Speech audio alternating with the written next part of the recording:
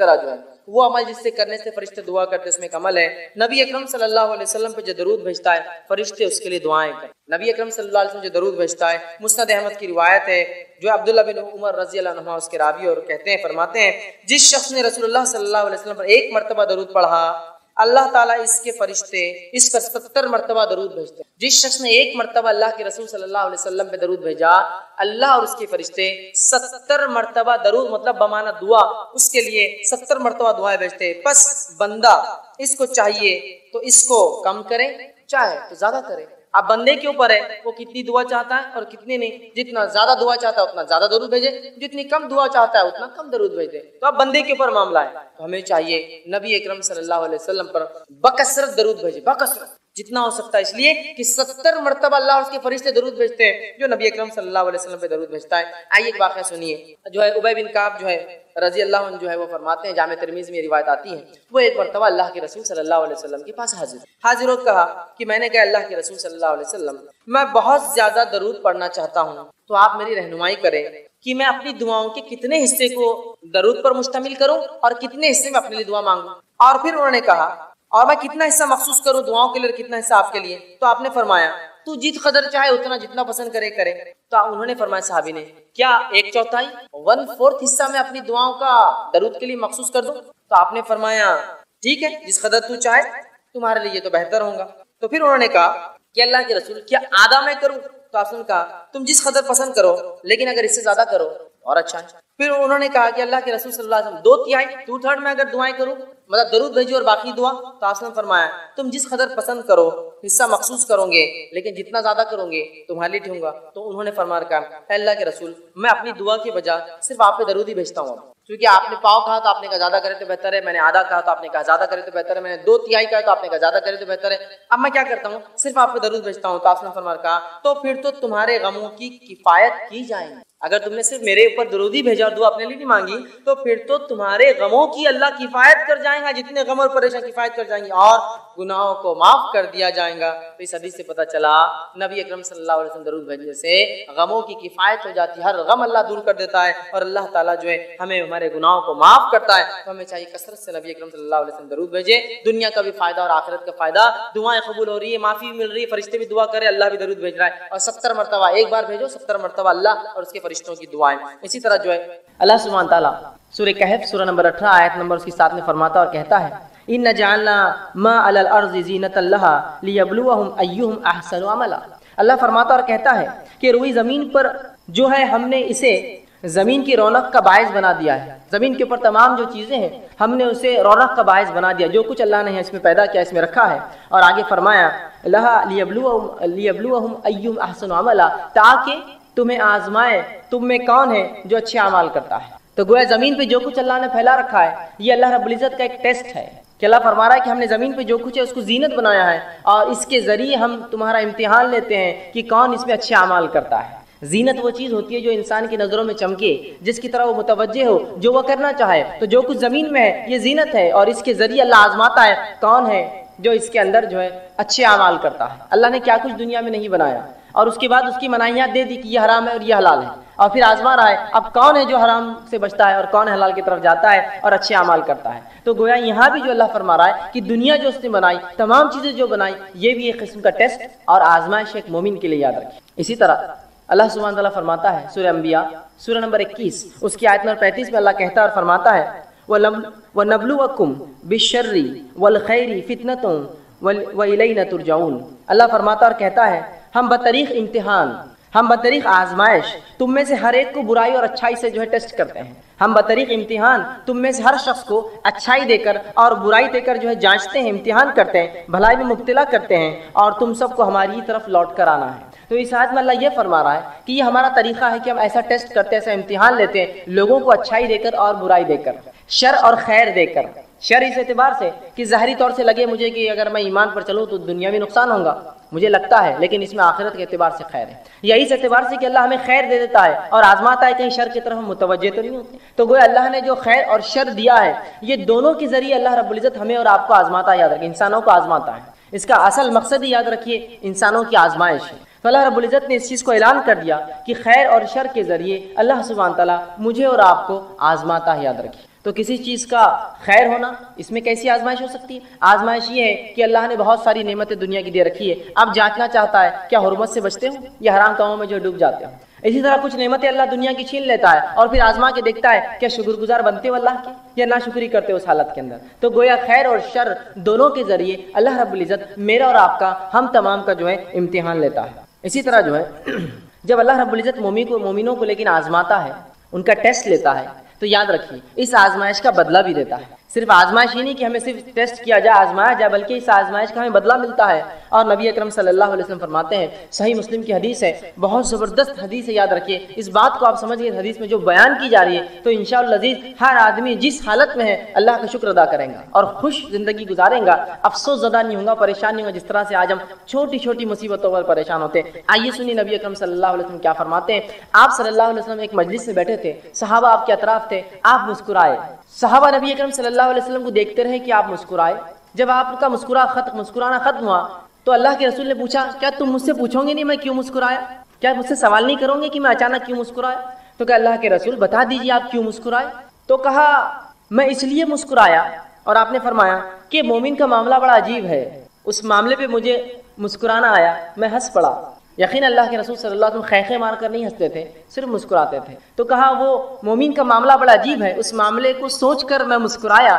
کیا معاملہ عجیب ہے؟ مومن کا معاملہ عجیب ہے، اور وہ یہ ہے کہ جب اللہ رب العزت اسے فراوانی دیتا ہے، دنیا کی اچھی زندگی دے دیتا ہے، اولاد دے دیتا ہے، دھن دولت مال دے دیتا ہے، جب اچھی زندگی دیتا ہے تو یہ شکر ادا کرتا ہے، یہ اس کے لیے اچھا ہے۔ اور جب اللہ اس کو تنگ دستی دیتا ہے، محتاجی دیتا ہے اور دنیا کی زندگی میں کچھ کم کر دیتا ہے تو مومن صبر کرتا ہے، یہ اس کے لیے بہتر ہے، اور یہ دونوں حال میں اس کے لیے خیر ہے کہ اگر اچھائی دے تو شکر کرے، یہ اس کے لیے بہتر، اگر برائی ہو تو صبر کرے، یہ اس کے لیے بہتر۔ اور یہ معاملہ مومن کے علاوہ کسی اور کا نہیں ہے۔ اسی تعجب پر میں مسکرایا، اس بات کا مجھے عجیب لگا کہ اللہ مومن کو دونوں حال میں دیتا ہے بدلہ۔ دیکھیے نا کتنی اچھی بات ہے کہ اگر میں فراوانی میں ہوں، خوشحالی میں ہوں، تب بھی بدلہ پا رہا ہوں اس کا شکر ادا کر کے، اور اگر تنگ دستی میں ہوں، بدحالی میں ہوں، مصیبتوں میں ہوں، کسی آزمائش میں ہوں، تب میں اللہ کے سامنے صبر کر رہا ہوں، اللہ سے اس کا اجر طلب کر رہا ہوں، یہ معاملہ بھی خیر ہے۔ گویا مومن کو مصیبت بھی فائدہ دے رہی ہے، مومن کو جو فراوانی فائدہ دے رہی ہے، تنگ دستی میں بھی معاملہ جو ہے جس کو میں عام زبان میں کہوں گا کہ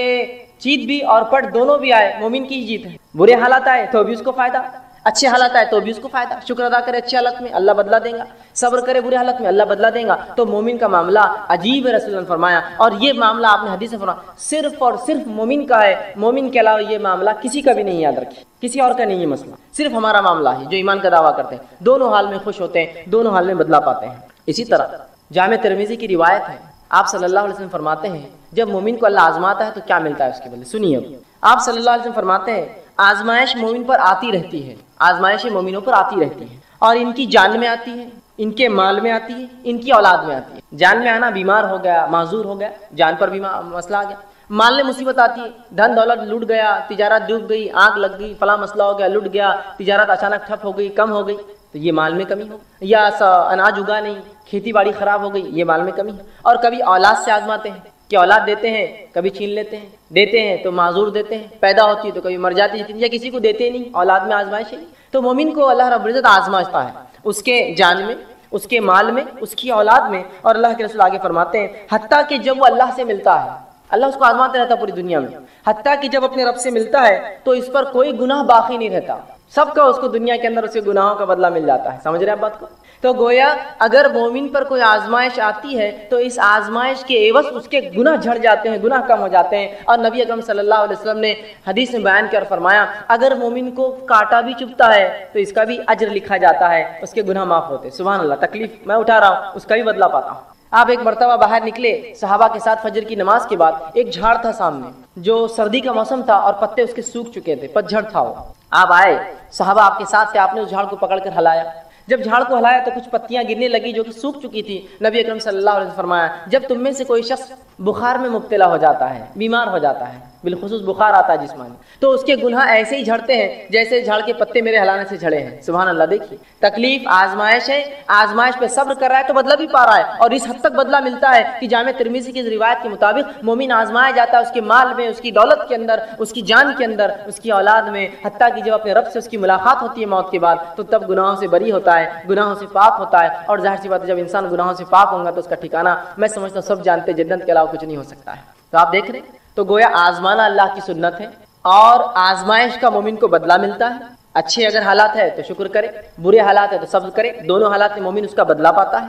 اور مومنوں کو جو آزمائشیں آتی ہیں وہ ایسا بدلہ دیتی ہے کبھی کبھار کہ وہ اتنا آزمایا جاتا ہے کہ روز قیامت اس پر کوئی گناہ باقی نہیں رہتا، وہ بالکل جو ہے اللہ کے سامنے ایسا حاضر ہوتا ہے کہ وہ جو ہے بالکل گناہوں سے پاک اور جو ہے صاف ہوتا ہے۔ تو گویا مومن پر جو بھی مصیبتیں آفتیں آتی ہیں اللہ رب العزت اس کا بدلہ بھی دیتا ہے۔ اب اللہ رب العزت کس کو آزماتا ہے یہ بات بھی اب جان لیں۔ کبھی کبھار ہوتا ہے اگر کوئی آزمائش میں مبتلا ہو جائے تو ہم کہتے ہیں ہاں بڑا بات کر رہا تھا، دین کی بڑی بات کر رہا تھا، فلاں دیکھو پھنس گئے نا، دیکھو مصیبت آئی نا۔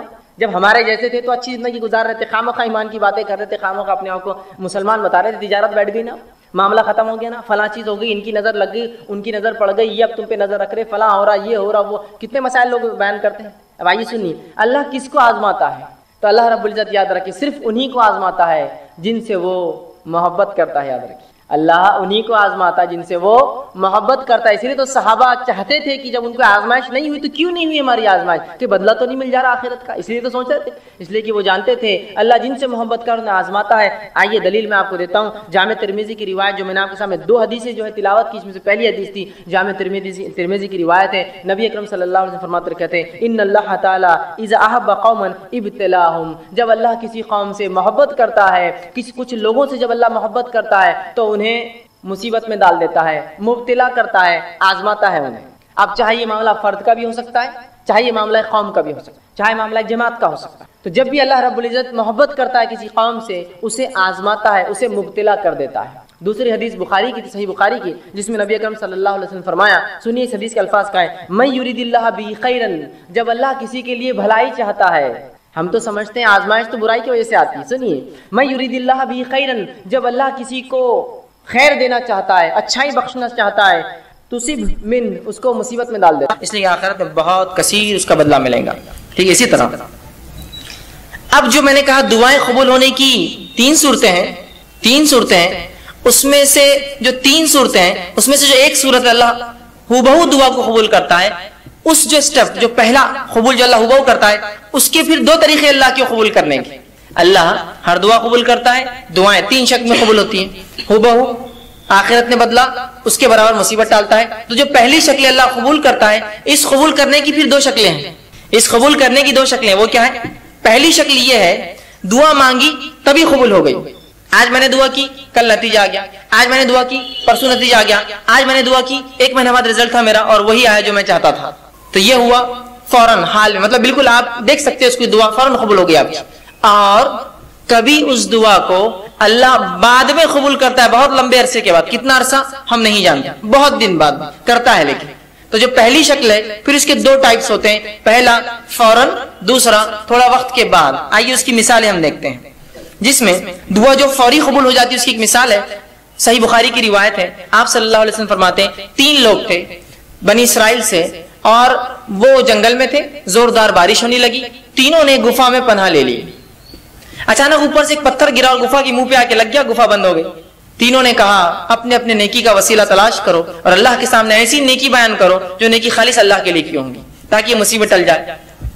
پہلے نے کہا اللہ میں نے اپنے والدین کے لیے جو ہے بکریاں چرا کر آیا تھا، والدین سو گئے، میں روز پہلے ان کو دودھ پلاتا، اس دن بعد میرے والدین سو گئے تھے، بچے حالانکہ میرے بھوک سے تڑپ رہے تھے، میں نے پھر بھی بچوں کو جو ہے دودھ نہیں دیا، پہلے والدین کے اٹھنے کا انتظار کیا، انہوں نے پیا، پھر میں نے بچوں کو دیا، یہ میں نے تیرے لیے کیا تھا، اگر تجھے یہ چیز پسند ہے تو جو ہے اس کو جو ہے تو تھوڑا اس مصیبت کو ہٹا دے۔ پتھر تھوڑا کھسک گیا، روشنی اندر آنے لگی، فوراً اثر ہوا دعا کا، فوراً انسٹنٹ دعا ہوئی، اثر ہوا، پتھر تھوڑا کھسک گیا۔ پھر دوسرے شخص نے دعا کی، اور تیسرا بہرحال تفصیلی ہے واقعہ بہت لمبا، تینوں نے دعا کی، ایک کی دعا پہ تھوڑا کھلا روشنی، دوسرے کی دعا پہ اتنا کھلا کہ باہر دیکھ سکتے لیکن نکل نہیں سکتے، تیسرے کی دعا پہ وہ رول کر کے بازو ہٹ گیا اور تینوں باہر نکل گئے، جبھی اللہ نے جواب دیا ان کی دعا کا۔ یہ ایک شکل۔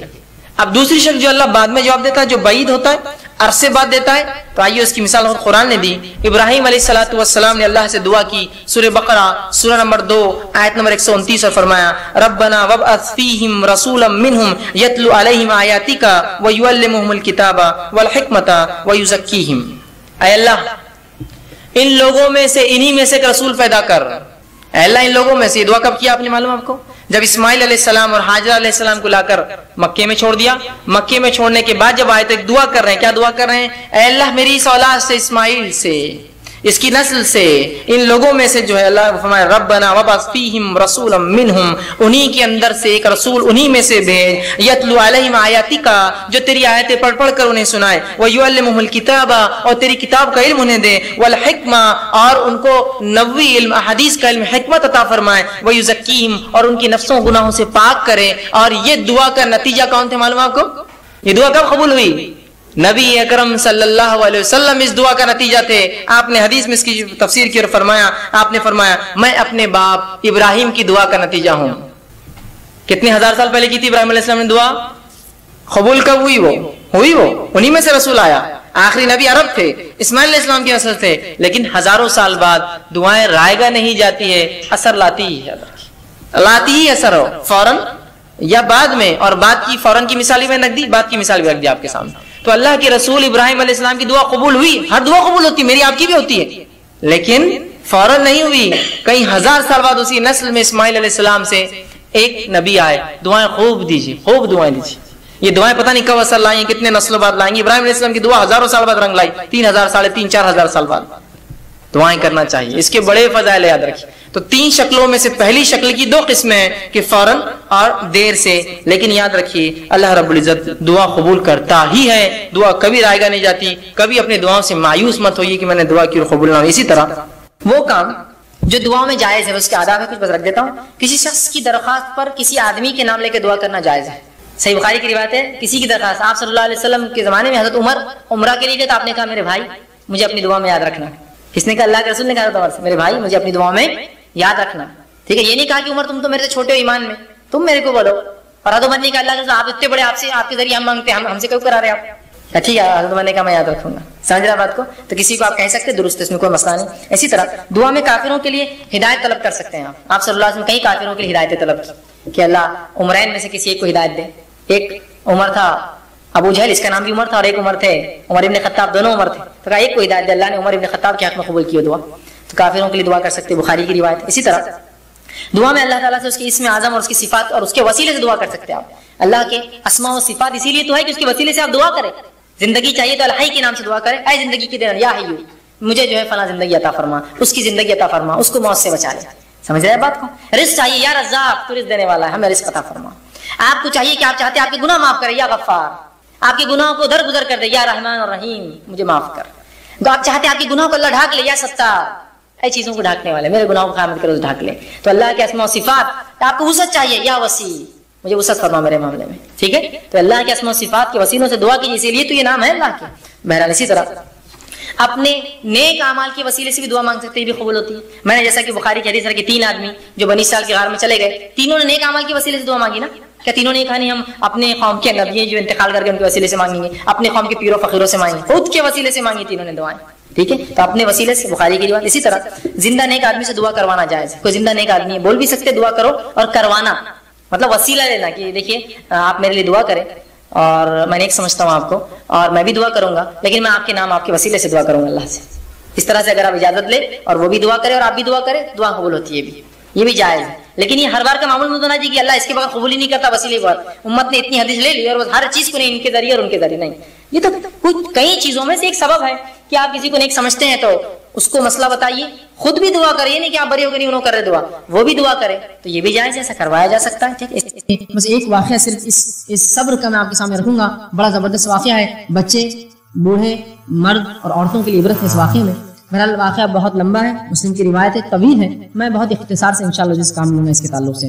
آپ صلی اللہ علیہ وسلم فرماتے ہیں اس واقعے کو اللہ رب العزت نے قرآن میں سورۃ البروج سورہ نمبر 85 کی ابتدائی آیتوں کے اندر بیان کیا ہے، اصحاب اخدود کا واقعہ۔ فرمایا قتل اصحاب الاخدود کہ مار دیے گئے اخدود والے، گڑھے والے لوگ، ٹھیک۔ اب یہ واقعہ کیا ہے؟ جب صحابہ نے پوچھا یہ اخدود کا معاملہ کیا ہے، یہ گڑھے والے لوگ کون تھے، تو بڑا زبردست واقعہ آپ صلی اللہ علیہ وسلم سنایا کہ آپ نے فرمایا تم سے پہلے قوموں میں ایک قوم تھی، بنی اسرائیل کا واقعہ ہے غالباً، تم سے پچھلے ایمان والوں میں ایمان والے تھے، اور ایک قوم تھی، اس بستی میں جو ہے ایک بادشاہ تھا، اور اس بادشاہ کے پاس ایک جادوگر تھا۔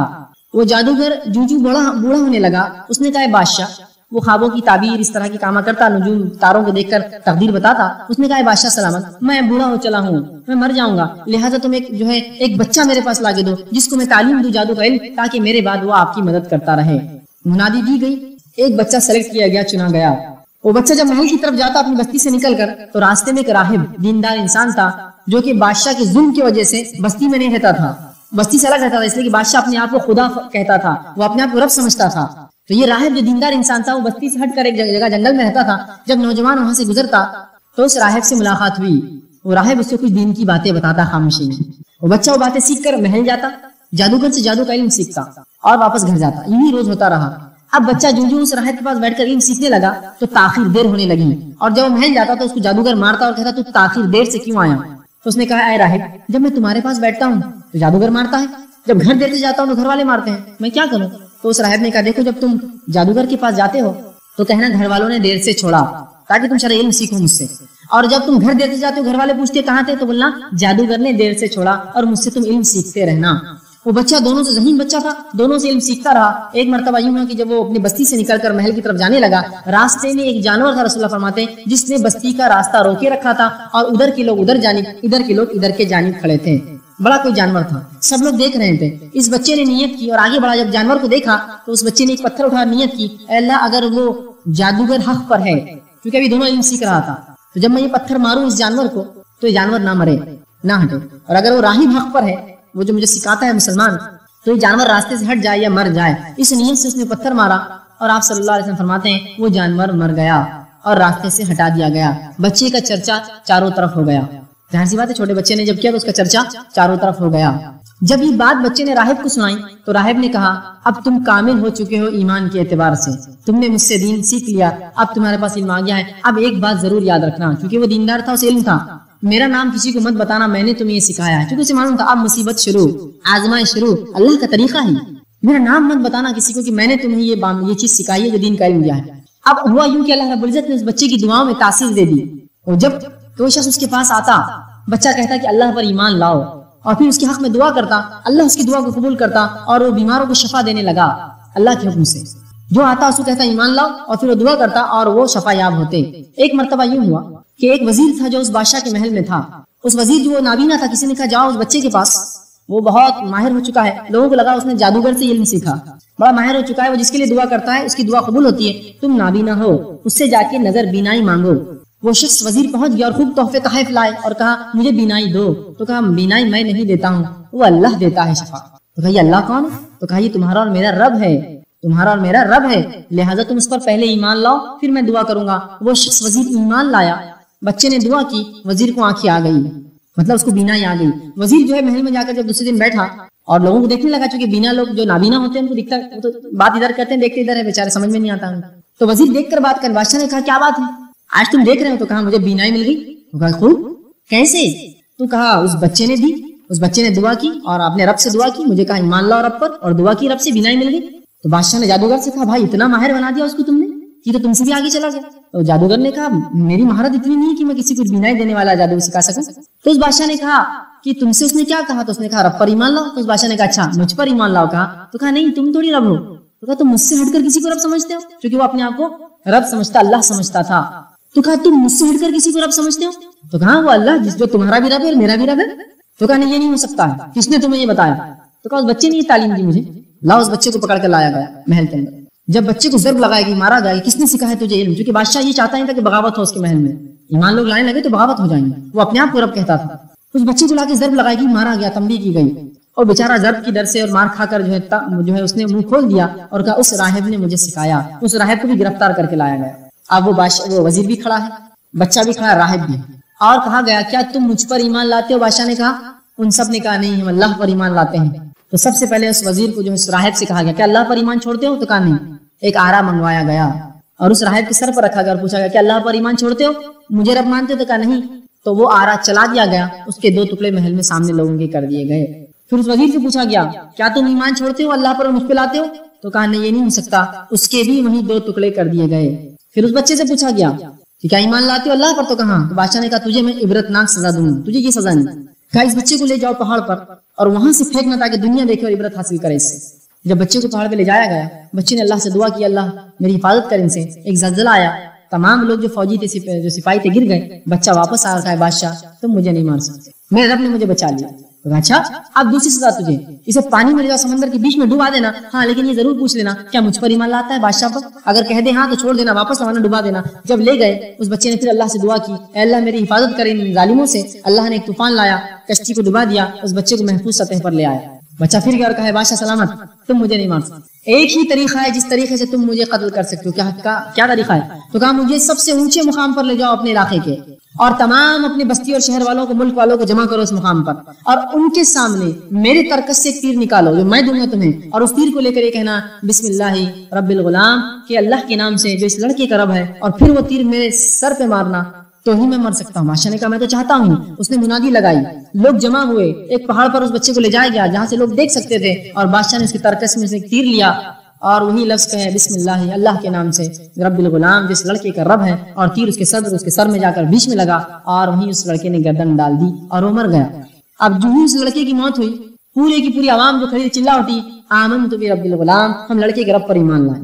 کیونکہ لڑکا حق تھا، لڑکا حق پر تھا، اس نے صبر کیا، اور اسے پتا تھا اگر میں جیوں گا تو دعوت اتنی لمبی نہیں دے سکتا ہوں۔ اس کو اللہ نے حکمت دی، اس کی موت نے پورے کے پورے ملک کو ایمان لا دیا، اس کا صبر۔ تو سب نے کہا آمنت برب الغلام، ہم سب ایمان لائے لڑکے کے رب پر۔ اب وزیروں نے کہا یہ تو پہلے ہم 3 لوگ اور 2 لوگ اور 4 لوگوں سے پریشان تھے، اب تو پوری بستی ایمان لائی، اب کیا کریں؟ کچھ نہ کچھ تو حل نکالنا پڑے گا۔ تو بادشاہ نے کہا ٹھیک ہے، مشورہ ہوا اور یہ طے ہوا کہ بڑے بڑے گڑھے کھودے جائیں گے، اخدود گھروں میں آگ لگائی جائیں گے، اور بستی کے لوگوں کو لایا جائے گا، پوچھا اللہ پر ایمان لاتے ہو بادشاہ پر؟ جو کہ اللہ پر پھینک دو، جو کہ بادشاہ پر چھوڑ دو، اور لوگوں کو جمع کیا گیا بڑے بڑے گڑھوں کے سامنے۔ لیکن لوگ ایسے پختہ ایمان لائے تھے بیچارے وہ، اور انہوں نے صبر کیا اس پر ایمان کے بعد کہ جب لا کر انہیں کھڑا کیا تو پوچھا جاتا اللہ پر ایمان لائے یا بادشاہ پر؟ وہ کہتے اللہ پر، اٹھا کر پھینک دیا جاتا۔ یہ کوئی مذاق نہیں ہے، پیچھے ایک انسان کھڑا ہے جو دیکھ رہا ہے میرا بھائی جل کر مر رہا ہے نیچے، دوسرے کو لا کر کھڑا جاتا، وہ کہتا نہیں میں ایمان لا اللہ پھینک دو مجھے بھی۔ حتیٰ کہ تمام بستی کے لوگوں کو اس نے جلا دیا، آگ میں ڈال دیا۔ آخری میں ایک عورت تھی جس کے سینے سے اللہ کے فرماتے ایک بچہ لگا تھا، اس نے یہ سوچا کہ میں اپنے بچے کے لیے جھوٹ بول دیتی ہوں، اب کوئی دیکھنے والا بھی نہیں میرا اطراف، سب مر چکے ہیں جو ایمان لائے، تاکہ میں اس کی زندگی بچا لوں۔ جب یہ نیت اس نے کی تو اللہ رب العزت نے اس بچے کو زبان دی اور اس نے کہا میری ماں تو حق پر ہے اور کود جا، اور پھر عورت اس بچے کو لے کے اس آگ میں کود گئی۔ تو رسول اللہ فرماتے ہیں ایسے 4 بچے ہوئے جنہوں نے ایسی عمر میں بات کی جس عمر میں بچے بات نہیں کرتے۔ ایک عیسیٰ علیہ السلام چھوٹے تھے، دوسرا بچہ وہ تھا، تیسرا بچہ ایک جریج، ایک واقعہ تھا، بہرحال ایک طویل واقعہ، اس کے اندر ایک بچے نے گواہی دی، چوتھا فرماتے ہیں اصحاب اخدود کا بچہ، اس نے بھی ایسی عمر میں بات کی کہ عموماً بچے بات نہیں کرتے۔ اب آئیے اس واقعے کے اندر جو نصیحتیں تھی، صبر کے جو واقعات تھے کیا کیا تھے۔ سب سے پہلے اس راہب کا صبر، اسے پتا تھا اگر میں ایمان کی دعوت دوں گا تو مصیبت مجھ پر آنے والی ہے، پھر بھی اس نے اپنے ایمان کو چھپایا نہیں اور بچے کو حکمتاً تعلیم دے دی، ایمان بتایا۔ دوسرا اس وزیر کا ایمان دیکھیے آپ اور اس کا صبر دیکھیے۔ وزارت پوسٹ بہت بڑی چیز ہوتی ہے، ہم آج کل ہم دیکھتے ہیں چھوٹی چھوٹی پوسٹ کے لیے ہم بھکاریوں جیسے پھرتے ہیں لوگوں کے پیچھے، اور وہ جو چاہے رب سمجھ ان کے سامنے جھکتے ہیں۔ وزیر تھا وہ، معمولی اس کی پوزیشن نہیں تھی، بادشاہ کی بازو بیٹھتا تھا وہ، لیکن اس نے اپنی وزارت کو بالائے طاق رکھ دیا، اس کو اپنے پیروں تلے کچل دیا ایمان کے لیے، کہا نہیں ایمان تو نہیں چھوڑتا ہوں، چاہے مار دو ختم کر دو۔ وزیر قتل کیا گیا، پوزیشن ہولڈنگ تھا نا، ایک عام آدمی تو پھر بھی قربانی دے سکتا ہے، اس کا ہے کیا، یہ وزیر تھا، لیکن اللہ پر جب ایمان لایا، اس لیے میں نے کہا اس حصے کے اندر ہر پوزیشن اور ہر کسی کے لیے ایک عبرت اور نصیحت ہے۔ اس راہب کے لیے ایک نصیحت ہے کہ وہ ہاتھ سے کچھ نہیں کر سکتا تھا، زبان سے کچھ نہیں، تو خاموشی میں تعلیم دے دی، صبر کیا اپنی تکلیف پر، ایمان نہیں چھوڑا، اس کو قتل کیا گیا، وہ اللہ کے راہ میں شہید ہوا۔ اس وزیر نے جو پوسٹ ہولڈ کرتا تھا، چاہتا دنیا کے لیے چھوڑ سکتا تھا، پوسٹ نہیں چھوڑی، اپنا جو ہے پوسٹ کو چھوڑ دیا، ترک کیا اور موت کو پسند کیا، اللہ پر ایمان کے لیے صبر کیا اور قتل کیا گیا، شہید ہو گیا، مارا گیا۔ اس بچے کا دیکھیے آپ صبر، اور اللہ نے جو اس کی حکمت دی تھی، اپنی جان دے دی اسلام کی دعوت کے لیے، اور بستی والوں تک پیغام ایک ہی جھٹکے میں پہنچا دیا۔ یہ وہ دور تو نہیں تھا کہ ٹیلی کاسٹ کرے، براڈ کاسٹ کرے، یہ طریقہ تھا، اللہ نے جو حکمت اس کو سجائی تھی، اس حکمت کے تحت اس نے یہ کام کیا، یہ منمانی نہیں تھی اس کی۔ اور اس بچے کی قربانی دیکھیے، بڑے تو قربانی پھر بھی دے دیتے ہیں، اس بچے کی عظیم قربانی اس دین کے لیے، اور وہ اس کے لیے مارا گیا، شہید ہوا۔ اور پھر اس پوری قوم کی قربانی دیکھیے، ہر بڑا اور چھوٹا اور عورت اور مرد سب آگ میں کودنا پسند کیا، ایمان چھوڑنا پسند نہیں کیا، اور آخر میں اس ماں، اس عورت کی اور اس چھوٹے بچے کی قربانی دیکھیے کہ اس ننھے بچے نے بھی جو ایمان کے لیے مرنا پسند کیا، لیکن وہ زندگی اس نے پسند نہیں کی، اور وہ عورت بھی اس کو لے کر کود گئی۔ تو اس واقعے میں ہر فرد کے لیے نصیحت تھی، ہر فرد کے لیے صبر کے نمونے تھے، ہر پوزیشن میں جو ہم ہولڈ کرتے ہیں ہر کسی کا عبرت تھی کہ سب نے قربانی دی اللہ اور اس کے دین کے لیے۔ کیا آج ہم ایسے صبر کے لیے تیار ہیں؟ ہم تو اتنے صبر کے لیے بھی تیار نہیں کہ 2 روپے ہم سے چھن جائے، ہم اس کے لیے بھی پریشان ہوتے، یہ نہیں سوچتے کہ اللہ نے لکھا تھا میری تقدیر میں نہیں ہونا، ہو گیا، نہ صبرے ہو جاتے ہیں، نہ شکرے بن جاتے ہیں۔ اور جب ایک انسان صبر کرتا ہے تو کیا ہوتا ہے معلوم؟